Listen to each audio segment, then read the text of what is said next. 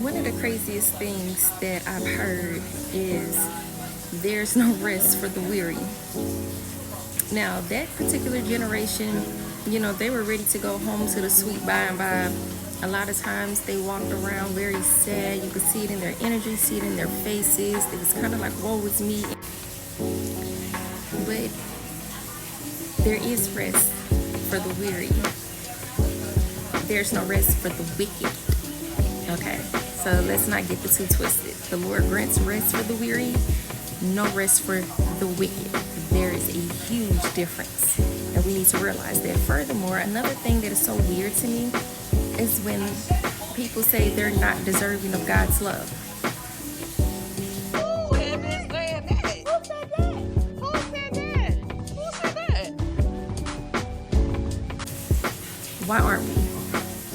Because the last that I checked, John 3:16 says that God so loved the world that he gave his only begotten son. Furthermore, we have to be mindful of what generations were speaking what onto us. Because there's rest for the weary, there's no rest for the wicked. I am worth of God's love, that agape love, the love that's unconditional. Nothing I had to do to earn that love. I didn't have to lay up with God. I didn't have to be nice to God. I didn't have to do anything for the Most High to love me right where I am and for who I am. Yeah, that love. A lot of times people would get up there in the pulpit and they would say things like, oh, I'm not deserving. They're speaking about themselves. That's a conversation that they're having specifically between them and the great I am for whatever it was that they did, for whatever it is that they got going on. I don't receive that. I don't believe that. And that is them that feel undeserving. Because that's just crazy to me for the great I am to love me, to pour into me, to give to me, to do for me, when I didn't have to do anything grand or extravagant except show gratitude or, to be thankful. And for God to do exceedingly and abundantly in my life, or for me to turn around and be like, oh, I'm so not deserving. I'm so unworthy. Oh my God, I don't deserve. Who?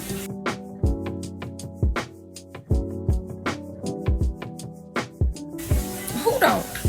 Because so how can we say that we're not deserving of God's love, but then in the same breath turn around and say that Jesus died for my sins and transgressions and iniquities and all this extra stuff? How can we accept one but not the other?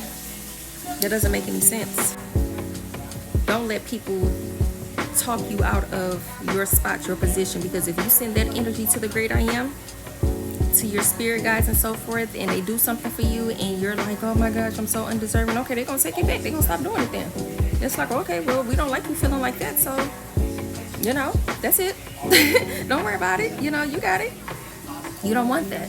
So continue to keep an attitude of gratitude, and don't let people get you to believing that you're not worthy of the great I am's love.